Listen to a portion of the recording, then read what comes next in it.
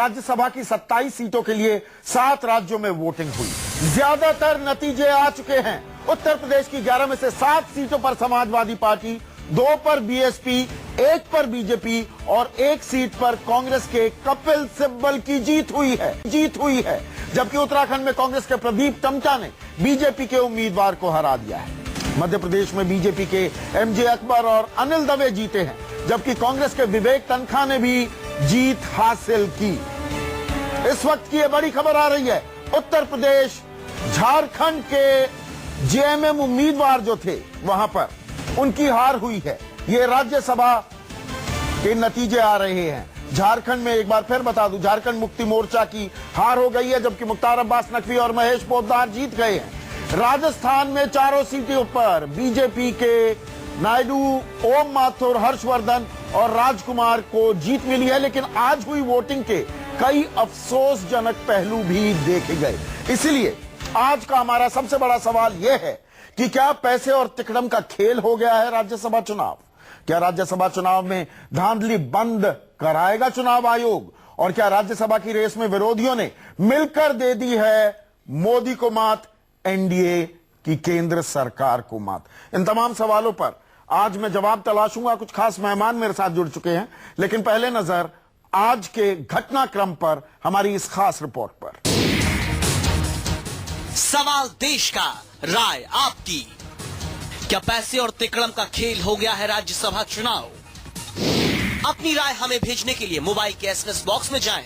अगर आपका जवाब हाँ है तो टाइप करें SBS स्पेस यस, और अगर आपका जवाब नहीं है तो टाइप करें SBS स्पेस नो और जवाब भेज दीजिए 542440 पर। और मेरे साथ चर्चा में बीजेपी के वरिष्ठ नेता, केंद्रीय मंत्री रह चुके हैं वाजपेयी सरकार में, विजय गोयल, संघ के विचारक राकेश सिन्हा, बीएसपी के वरिष्ठ नेता सुधींद्र भदौरिया, कांग्रेस के प्रवक्ता प्रदीप जैन, ये पिछली सरकार में, यूपीए सरकार में मंत्री रह चुके हैं, और समाजवादी पार्टी के असीम वकार हमारे साथ जुड़ने वाले हैं। इससे पहले कि मैं राजनीतिक चर्चा शुरू करूं, एक दो बातें अपने दर्शकों को साफ करना चाहूंगा। जो राज्यसभा के चुनाव होते हैं, ये कोई first pass the post system नहीं है, डायरेक्ट कॉन्टेस्ट, सीधे सीधे मुकाबला नहीं होता जैसे कि लोकसभा में होता है, जिसमें पैसे का भी इस्तेमाल हो, वोटरों में जाकर आपको अपनी पैरवी करवानी पड़े, आपको चुनावी भाषण देने पड़े। ऐसा कुछ नहीं होता है। ये इनडायरेक्ट इलेक्शंस होते हैं। हर 2 साल में 1/3 सीटों पर, राज्यसभा की 1/3 सीटों पर चुनाव होता है। आपको पता है कितनी सीट हैं, ये चुनाव किस आधार पर जीता जाता है, आपके कितने विधायक हैं, किस सूबे में, किस राज्य में। तो सारी बातें साफ होने के बावजूद आज जो नतीजे आ रहे हैं उस पर इतनी मारकाट क्यों मची हुई है, उस पर हमारी इतनी तवज्जो क्यों है? ये सामान्य चुनाव हो जाने चाहिए थे। भाई, आपको पता है कि हर 2 साल में चुनाव होने हैं, आपको पता है कि आपकी कितनी स्ट्रेंथ है, आपकी तादाद कितनी है किसी भी राज्य में, आपके विधायक कितने हैं, वहां पर सीट कितनी है, एक सीट जीतने के लिए कितने विधायकों का समर्थन की जरूरत है। इतनी आसान चीज को टेढ़ी खीर क्यों बना दिया गया? तो राकेश सिन्हा, अब ये पैसे और तिकड़म का खेल बन गया है क्या राज्यसभा? क्या ये कहना गलत होगा? देखिए, मैं यहाँ 2 बातें कहना चाहता हूँ। चुनाव में हार जीत होती है, लोकतंत्र में अधिकार है कि पार्टियां अपना उम्मीदवार एक साथ ही खड़ा कर सके। कोई स्वतंत्र उम्मीदवार भी खड़ा हो सकता है। संदीप जी, आप भी उम्मीदवार बन सकते हैं यदि आपको नामांकन करने वाले इतने विधायक मिल जाए तो। लेकिन मैं दूसरी एक बुनियादी सवाल उठाना चाहता हूँ। आज पूरे देश में सभी राजनीतिक दलों को, इंक्लूडिंग सवाल ये नहीं है कि कोई भी खड़ा हो सकता है, बिल्कुल हो सकता है। मेरा कहने का तात्पर्य ये था कि आपको पता है किसी भी पार्टी को, और यहां पर मैं एक पार्टी की विशेष की बात नहीं कर रहा हूं, वो बीजेपी हो, वो कांग्रेस हो, वो समाजवादी पार्टी हो, सब पार्टियां ये खेल करती हैं। जब आपको पता है आपके पास पर्याप्त स्ट्रेंथ नहीं है, आप अपने उम्मीदवार को जिता नहीं सकते, अपना उम्मीदवार ना खड़ा करो, किसी निर्दलीय को समर्थन देने लगो। ये तो पैसे और तिकड़म का खेल बना दिया ना हर राजनीतिक दल ने। नहीं, लोकतंत्र में पार्टियों को यह हक है कि अधिक उम्मीदवार खड़े कर सके। उन्हें उम्मीद रहती है, उनके पास सरप्लस वोट रहता है, उन्हें उम्मीद रहती है कि दूसरी पार्टी और सरप्लस पैसा उम्मीदवार अपने स्तर पर वोट इकट्ठा कर सकता है। सरप्लस वोट के साथ सरप्लस पैसा। लेकिन एक बुनियादी सवाल जो मैं दो बातें मैं कह दूं अपनी बात। देखिए, एक बात जो आए दिन सुनाई पड़ता है कि राज्यसभा के चुनाव में धन पशुओं का उपयोग, राज्यसभा के चुनाव में धन थैलियों का उपयोग, यह राज्यसभा की मर्यादा को गिराता है, चाहे इसमें सभी पार्टियों को सामूहिक रूप से जिम्मेदारी लेनी पड़ेगी। और दूसरी बात जो मैं संदीप जी आज कहना चाहता हूं आज इस डिबेट के माध्यम से, कि राज्यसभा की जो वास्तव में उपयोगिता है, जिस कारण से सेकेंड चैम्बर को क्रिएट किया गया, राज्यसभा सहित सभी राजनीतिक दलों को, मैं respective of political party and ideology कर रहा हूं, उनको इस बात का की विवेचना करनी पड़ेगी, विमर्श करना पड़ेगा, क्या राज्यसभा उन बातों के लिए जिसके लिए क्रिएट किया गया था उसको पूरा करने में सामर्थ्य है, या राज्यसभा लोकसभा में अरंगा लगाने वाला बन गया है, या राज्यसभा रिटायर्ड लोगों का एक चैम्बर बन गया है, या राज्यसभा हारे हुए राजनीतिज्ञों का एक चैम्बर बन गया है। ये बहुत से सवाल हैं जो कि देश के लोगों के जेहन में हैं, जो अभी व्यक्त नहीं हो पाता है राजनीतिक कारणों से। उस बातों पर गंभीरता से यदि विचार नहीं किया गया तो राज्यसभा अपनी उपयोगिता खोएगी, राज्यसभा की मर्यादा गिरेगी, राज्यसभा का जो एक सम्मान है वह गिरेगा। जैसे एक छोटी बात करके मैं अपनी बात समाप्त करता हूं, लोकसभा के पास अनेक मुद्दे ऐसे होते हैं जो करंट पॉलिटिक्स से जुड़ा होता है। राज्यसभा से उम्मीद की जाती है कि ऐसे मुद्दों पर बहस करें जिसके लिए लोकसभा के पास समय नहीं, जैसे पॉपुलेशन पॉलिसी। नहीं, मैं राज्यसभा को क्या करना चाहिए उस पर मैं अभी चर्चा नहीं करना चाहता हूं। विजय गोयल साहब, आप दोनों सदनों के हिस्सा रह चुके हैं, आप मुझे बताइए आज आहत हैं क्या? मैं नतीजों में जा ही नहीं रहा हूं, आज आहत है क्या? क्या गत हो गई है हमारे हाउस ऑफ एल्डर्स की? ये परेशानी का सबब है कि नहीं? मैं बिल्कुल आहत हूं, और पिछले बहुत से सालों से जिस तरीके से राज्यसभा के चुनाव आते आ रहे हैं, और उसमें मैं देखता हूं कि धनबल से लोग राज्यसभा के अंदर पहले आए भी हैं और आने की कोशिश भी करते हैं, तो जाहिर तौर पे मैं समझता हूं चुनाव आयोग को इसमें संशोधन करने चाहिए। मुझे आज तक ये नहीं समझ आता राज्यसभा के चुनावों की आवश्यकता कहाँ है जी? जिस पार्टी के पास जितने विधानसभा के सदस्य हैं, बिल्कुल प्रो राटा बेसिस के ऊपर उतनी सीटें दे देनी चाहिए। हाँ। और रह गई लास्ट सीट जिसके अंदर लोगों के थोड़े थोड़े हों, उसमें जैसे आप देखते हैं कि एक चीफ मिनिस्टर विश्वास मत प्राप्त करता है तो उनको बताना पड़ता है गवर्नर के सामने कि मेरे को ये पार्टी सपोर्ट कर रही है। इस तरह से चुनाव आयोग के सामने या स्पीकर के सामने ये बता दिया जाए कि भाई इस उम्मीदवार के लिए हमारे पास इतने इतने वोट हैं। तो यही तो तमाशा हो गया विजय गोयल साहब। विजय गोयल साहब, ये समझाना जरूरी है एक आम आदमी को, लोकसभा में अगर आप पार्टी व्हिप का उल्लंघन करते हैं, आप कुछ मैल प्रैक्टिसेस कर रहे हैं, तो सीधे सीधे अख्तियार है चुनाव आयोग को कि वो चुनाव को काउंटरमांड करा दे। राज्यसभा के लिए तो हमारे फाउंडिंग फादर्स ने ऐसी सिचुएशन सोची ही नहीं थी। ये तो हाउस ऑफ एल्डर्स था। जो आप बात कह रहे हैं कि भाई जितनी आपकी स्ट्रेंथ है उसके हिसाब से प्रो राटा बेसिस पे सीटें बढ़ जानी चाहिए थी, यहां तो चुनाव आयोग भी कुछ नहीं कर सकता, एंटी डिफेक्शन भी नहीं लगता है। ये मजाक नहीं तो क्या हो गया है राज्यसभा चुनाव? तो इसीलिए आपको ध्यान होगा तो एनडीए की सरकार ही एंटी डिफेक्शन के लिए लेकर आई थी। हाँ। और अब मैं समझता हूं कि एनडीए की ही सरकार आज है, वही इस बात को लेकर नहीं, पर आप भी दूध के धुले नहीं है ना। जिस तरीके से उत्तर प्रदेश में प्रीति महापात्रा क्या कर रही थी? आपने देखा होगा उत्तर प्रदेश में प्रीति महापात्रा को क्यों समर्थन आप कर रहे थे? पहले ये तो खेल बिगाड़ने का खेल भी हो गया ना। मुझे थोड़ा धैर्य से एक बार सुन लो संदीप भाई, थोड़ा धैर्य से मुझे सुन लीजिए। उत्तर प्रदेश में प्रीति महापात्रा कर रही थी तो बाद में आता हूं।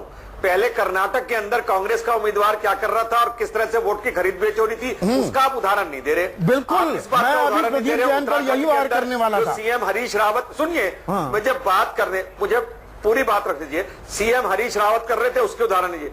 एक बात समझ लीजिए, जब चुनाव है तो चुनाव है, जैसा राकेश सिन्हा जी बता रहे, चुनाव है जैसा राकेश सिन्हा जी बता रहे थे। हर पार्टी को ये बात है, मैं ये नहीं चाहता हूं मेरा सरप्लस वोट कोई दूसरा ले जाए, इसलिए मुझे जिस स्वतंत्र कैंडिडेट को वोट देना है, चाहे वो जीते या नहीं जीते, मैं उसको वोट दूंगा। पर मैं इस बात के पक्ष में हूं कि राज्यसभा के चुनावों को कराने की कोई आवश्यकता नहीं है। प्रो राटा बेसिस के ऊपर आप पार्टीज को इन सीटों को बांट दीजिए और लास्ट सीट के ऊपर जो अपनी मेजोरिटी दिखाए वो उस सीट को दे देनी चाहिए। इसी से राज्यसभा में खरीद और बेच रुकेगी। कांग्रेस कहां स्टैंड करती है इसमें? प्रदीप जैन, हमारी पार्टी का नाम नहीं आ रहा। बिल्कुल, प्रदीप जैन, कर्नाटक का जिक्र आया। कर्नाटक में जो तमाशा देखा, दो बड़े चैनलों ने स्टिंग ऑपरेशन किया, किस तरह से खुलेआम खरीद फरोख्त हो रही थी, दाम तय किया जा रहा था। आप लोगों ने 11 निर्दलीय उम्मीदवारों को मुंबई में छिपा कर रखा और आपके बड़े नेता महासचिव दिग्विजय सिंह चुनाव आयोग में जाते हैं और कहते हैं नहीं, काउंटरमांड मत करना, चुनाव खारिज मत करना। ये तो सामान्य बात है, ये तो हो जाती है ऐसी खरीद फरोख्त। संदीप जी, मैं एक बात कहना चाहता हूं कि हर विषय के दो पहलू होते हैं। मैं गोयल जी से ये आग्रह करना चाहता हूं, आपने उनसे सीधा एक प्रश्न पूछा था, उन्होंने कर्नाटक का उदाहरण दे दिया। उत्तर प्रदेश के चुनाव में या मध्य प्रदेश के चुनाव में आज जिसे जनता ने अपार बहुमत दिया, नैतिकता की बात करते हैं, देश के चौकीदार होने की बात करते हैं हमारे प्रधानमंत्री जी, और खड़े होकर ताली बजाने पर इनकी पूरी पार्टी सीना तान के खड़ी होती है। अपने गिरबान में झांकिए, मुझे कर्नाटक का जवाब चाहिए, मुझे कर्नाटक का जवाब चाहिए। 16 राज्यों में चुनाव हुए, 57 सीटों पर चुनाव हुए प्रदीप टम्टा जी और प्रदीप जैन जी, मुझे एक चीज ये बताइए कि किस, अब दो चैनलों ने स्टिंग ऑपरेशन किया। स्टिंग ऑपरेशन कहां का हुआ? कर्नाटक में। खरीद फरोख्त कहां होती दिखी? सीधा, जिसका सबूत मिला कर्नाटक में। 11 एमएलएज, इंडिपेंडेंट एमएलएज कांग्रेस ने कहां छिपाए? मुंबई में क्यों छिपाए? वो कर्नाटक के थे। और आप कहते हैं कि नहीं काउंटरमांड मत कीजिए, खारिज मत कीजिए, इन स्टिंग ऑपरेशंस की कॉग्निसेंस मत लीजिए। पूरी मेरी बात सुनिए। हाँ। मेरा आपसे आग्रह, पूरी मेरी बात सुन लीजिए। आपने कोई स्टिंग ऑपरेशन का सर्टिफिकेशन हुआ, कोई चीज प्रमाणित हुई? सनसनीखेज फैलाना और देश के लोकतंत्र, आपके महासचिव गए ना चुनाव आयोग में, जनता पार्टी का आपके महासचिव गए ना चुनाव आयोग में कि खारिज मत करना चुनाव को। सत्य को क्यों नहीं आने देते? जांच करवा लेते। आप चुनाव आयोग के पास जाकर अपील करते हैं, गुहार लगाते हैं खारिज ना करिए। खुल्लम से खुल्ला राज्यसभा के हमारा देश संविधान से चलता है। अगर चुनाव आयोग उस पर निष्पक्ष होता है, चुनाव आयोग अगर उसके अंदर कोई कमी दिखाई देती को एक दुकानदारी बनाकर रखी है। नहीं, ये सब पार्टियों ने रखा है ना राकेश सिन्हा। काम हुआ है, ये बीजेपी हो चाहे कांग्रेस हो, दोनों ये काम कर रही है। राकेश सिन्हा ये बात तो मानेंगे। गोयल साहब, आप पूरी मेरी बात सुन लीजिए, फिर आप अपनी बात कह लीजिए। आप इतने सीनियर व्यक्ति हैं, आप समझिए। आपसे तो इतना बता दीजिए कि कर्नाटक में जो हुआ है, किस क्या माहौल संसदीय जनतंत्र के अनुकूल, संसदीय मर्यादा के अनुकूल और कॉन्स्टिट्यूशनल मॉरलिटी के अनुकूल कार्य कर रहे हैं आप? आयोग है ना, आप चुनाव आपका नहीं है, सवाल आप देखिए। प्रश्न उठा रहे क्या? हम हर जगह अपने पार्टी लाइन भारत के पर यदि हम नैतिकता को डिफेंड करते रहेंगे, मर्यादा के बाहर जाकर मर्यादित चीजों के तो प्रीति महापात्रा क्या कर रही थी? तो लोकतंत्र कमजोर होगा। झारखंड में एक और उम्मीदवार खड़ा करके बीजेपी क्या कर रही थी? राकेश सिन्हा, इस सवाल में सब नंगे हैं। ये चुनाव आयोग पर सवाल उठा रहे हैं। आप बताइए, होना चाहिए। आपने जो शब्द इस्तेमाल किया ना, सुधींद्र भदौरिया, जो राकेश सिन्हा ने शब्द इस्तेमाल किया, सुधींद्र भदौरिया जो राकेश सिन्हा ने शब्द इस्तेमाल किया, दुकानदारी, ये दुकानदारी चल पड़ती है क्या? कहीं पैसे का इस्तेमाल हो रहा है, कहीं पर सपोर्ट इस बाबत दी जाती है कि आने वाला भविष्य, उसमें वहां पर किस तरह से गोटियां सेट होंगी। मैं सीधा आपसे सवाल पूछ रहा हूं, चाहे मध्य प्रदेश की बात हो और जो अब उत्तर प्रदेश से नतीजे आ रहे हैं, कपिल सिब्बल वहां जीतते दिख रहे हैं। बीएसपी ने सपोर्ट किया कांग्रेस को, प्रदीप टम्टा जीत गए उत्तराखंड में, बीएसपी ने सपोर्ट किया कांग्रेस को। ये लेन देन भी तो है ना, ये भी तो अनैतिक है कि नहीं है? लेन देन नहीं है संदीप, आप एक चीज जानते हैं कि देखिए ऐसा है, आप एक चीज नहीं, मैं प्रश्न मुझसे किया है, मुझे उत्तर देने दीजिए। हम उत्तरांचल में जहां तक हरीश रावत की सरकार है, वहां पर 4 वर्षों से उनका समर्थन कर रहे हैं, और अगर हमने राज्यसभा में भी समर्थन किया है तो कोई आश्चर्य की बात नहीं है। और बहन मायावती जी ने बहुत स्पष्ट कहा है कि इस देश में इस समय मौजूदा तौर पर जो खतरा है सबसे बड़ा सांप्रदायिक शक्तियों से है, और इस समय कांग्रेस तो बुरी हालत में है, कहीं कोई उससे चुनौती नहीं है देश की व्यवस्था को। और मैं दूसरी चीज ये कहना चाहता हूं, ये जो गुजरात से लाके पूंजीपतियों को उत्तर प्रदेश में, क्या भारतीय जनता पार्टी के पास कार्यकर्ता नहीं थे? भारतीय जनता पार्टी के अपने कार्यकर्ता हैं, जो दरी बिछाते हैं, जो पोस्टर चिपकाते हैं, जो मेहनत करते हैं पार्टी के लिए, उनको तो नहीं चुनाव लड़ाया जाएगा। पर मैं इसमें भारतीय जनता पार्टी अपवाद नहीं है। आप पहले भी देखेंगे तो कांग्रेस पार्टी ने बिरला साहब को कैंडिडेट बनाया था, मुलायम सिंह ने अनिल अंबानी को कैंडिडेट बनाया, जिताया भी। समाजवादी पार्टी ने जया बच्चन, ये कहां की कौन सी कार्यकर्ता थी। अब जहां तक बीएसपी का प्रश्न है, मैं स्पष्ट कर दूं, बहन मायावती जी ने चाहे वो सत्ता में रही हो या अब जब विपक्ष में है, तो एक हमेशा बड़ी आप तस्वीर क्या देखेंगे सुधींद्र हमारे भदौरिया, पार्टी के सुधींद्र जो भदौरिया बड़ी कार्यकर्ता तस्वीर हैं, ये उतर रही है कि हाथी और कमल का साथ नहीं हो सकता, अब हाथी चला है हाथ के साथ। देखिए नहीं, ना हम हाथ के साथ हैं, ना हम कमल के साथ हैं, ना हम हाथ के साथ हैं, ना हम कमल के साथ में दर्जनों दलित देखिए ना हम हाथ के साथ हैं, ना हम कमल हैं। अरे भैया आप मुझे बताइए, आप तो आरएसएस के आप ही को भेज देते उत्तर प्रदेश से, राकेश सिन्हा जी आप ही को भेज देते। अरे भारत की राजनीति के अधोपतन के लिए सामूहिक जिम्मेदारी लेनी पड़ेगी। इतना वकालत करते रहते हैं। लोकतंत्र अरे में भैया जिस दिन वहां से critical पूंजीपति tradition मर जाएगा, लोकतंत्र जीवित नहीं रहेगा। गुजरात से हम उत्तर critical प्रदेश tradition में से uncritical भैया गुजरात tradition में आ को गए हैं। चरागाह बना लिया। हम ना क्या आलोचना सुनना लोकसभा चाहते में हैं, आएंगे मोदी ना जी, आलोचना करने राज्यसभा देना में चाहते आएंगी हैं। दूसरी महिला जी।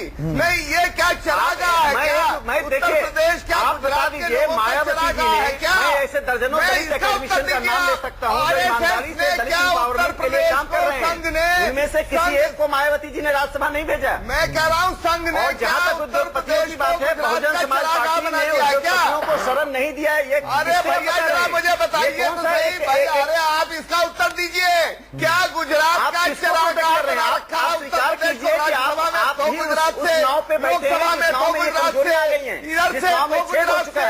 देखिए कमाल की बात ये हो रही है, माफी चाहूंगा सबको रोक रहा हूँ, माफी चाहूंगा सबको रोक रहा हूँ। कमाल की बात ये है कि हर राजनीतिक दल का प्रतिनिधि मान रहा है कि दूसरे कर रहे हैं, हम भी कर रहे हैं। यहाँ पर नैतिकता की कोई दुहाई देने तक को भी तैयार नहीं है। असीम वकार, मुझे एक बात समझाइए, मैंने पैसे के इस्तेमाल की बात कर ली, मैंने राजनीतिक लेन देन की बात कर ली, जो ये सो कॉल्ड वीआईपीज आ जाते हैं, कहीं फिल्मों से ले आए, कहीं उद्योगपति उठाकर ले आए, समाजवादी पार्टी पर भी आरोप लगता रहता है। और खासकर इस चुनाव में अमर सिंह आ जाते हैं, बेनी प्रसाद वर्मा, वो तो कांग्रेस में चले गए थे, गरिया रहे थे मुलायम सिंह यादव को, उनको राज्यसभा की टिकट दे दी जाती है।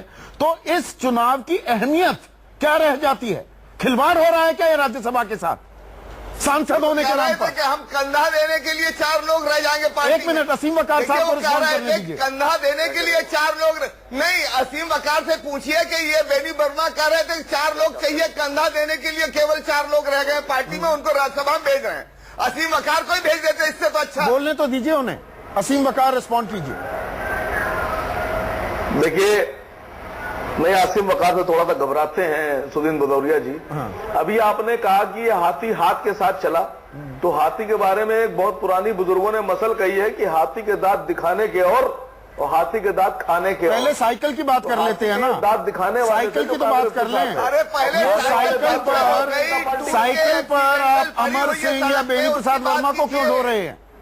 मेरा सवाल बिल्कुल सीधा है असीम वकार साहब। जी हो चाहे अमर सिंह जी हो, दोनों ही सब ये पुराने समाजवादी हैं। अच्छा, समझिएगा पहले कि दोनों पुराने समाजवादी हैं। अच्छा, और ये अगर सुबह का भूला शाम को घर वापस आ जाए तो उसे वो राज्यसभा में भेज दिया जाता है। तो सुबह का भूला शाम को घर आ जाए तो उसे राज्यसभा में भेज दिया जाता है। परेशान ना होइए।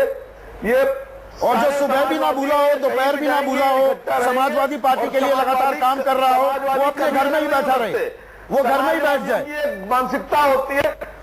समाजवादी कभी एक दूसरे से जुदा नहीं रह सकता है। समाजवादी कुछ पल के लिए दूर हो सकते हैं, लेकिन एक बार ऐसा एक दौर आता है कि फिर वो इकट्ठा हो जाते हैं। लेकिन बहुजन समाज पार्टी के बारे में बताइए कि हाथी के दांत दिखने के बारे में बताइए कि हाथी के दांत दिखाने के और खाने के। कमाल का राजनीतिक फॉर्मूला इजाद हो रहा है। सुबह का भूला शाम को घर आ जाए तो उसे राज्यसभा भेज दिया जाता है, और जो रास्ता भूलने को तैयार नहीं, पार्टी के लिए काम करता रहे तो उसको घर में ही बैठना पड़ता है। एक छोटा सा ब्रेक लेंगे सुधींद्र जी, एक छोटा सा ब्रेक लेंगे, और ब्रेक में जाने से पहले आपको बता दें कि क्या राज्यसभा चुनाव में धांधली बंद करा पाएगा चुनाव आयोग, इस पर करेंगे आगे चर्चा।